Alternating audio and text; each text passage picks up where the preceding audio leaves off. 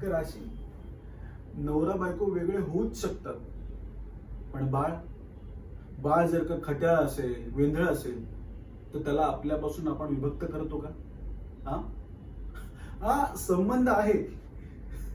मी सांगतो, जेव्हा तुझ्याशी लग्न केलं तेव्हा मला जाणवलं, आपल्याला बायको मिळालीच नाही, आपल्याला एक बाळ मिळाले.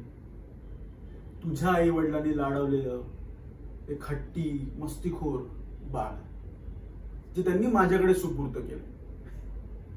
आता या सगळ्या गोष्टींसाठी तू मॅच्युअर हवंस असं मला वाटत नव्हतं. हा, पण मला मनापासून वाटत होतं की तू लवकरात लवकर मॅच्युअर हवंस, जेणेकरून तुला बाहेरचं जग कळेल, व्यवहार ज्ञान मिळेल, जगातले छक्के पंचे कळतील, आणि मुळात म्हणजे तुला शिस्त लागेल. हा, आता तुला घरातली कामं येत नाही, म्हणून मी घरातली कामं स्वतःहून करायला लागलो, जेणेकरून तू मला मदत करशील. पण नाही, तू तेही केलं नाहीस. आता तू ते करत नाहीस म्हणून मी तुझ्या मागे लागून तुझ्या मनाविरुद्ध जबरदस्तीने बाहेर जा, काम शोध म्हणून त्रास द्यायला लागलो, जेणेकरून बाहेर जाशील, बाहेरचं जग ओळखशील. आता यातून तुला त्रास देणं किंवा मला तुझा राग येत होता म्हणून मी हे सगळं करत नव्हतो.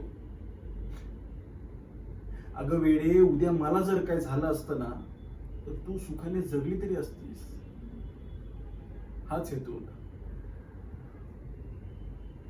आणि राशी, तुझ्या कामाला मी कधीच कमी लेखलं नाही. असं जर का असतं ना, तर त्या टीनाला सोड, आय मीन टीना मॅमला सोड, असे सल्ले कधीच दिले नसते. कसं आहे ना राशी, तुझं काम लोकांपर्यंत पोहोचण्यासाठी तुझं नाव तिथे खाली दिसावं लागणार ना. आणि तुमच्या या फील्डमध्ये गोष्ट काम करून सर्वायवल पुरती पैसे मिळतील, ओळख नाही मिळत.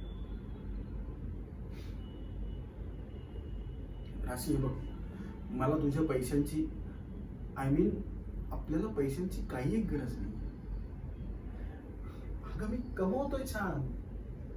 म्हणजे कसं आहे, स्वतः खूप सारे पैसे कमवले ना की स्वतःला एक वेगळाच कॉन्फिडन्स येतो.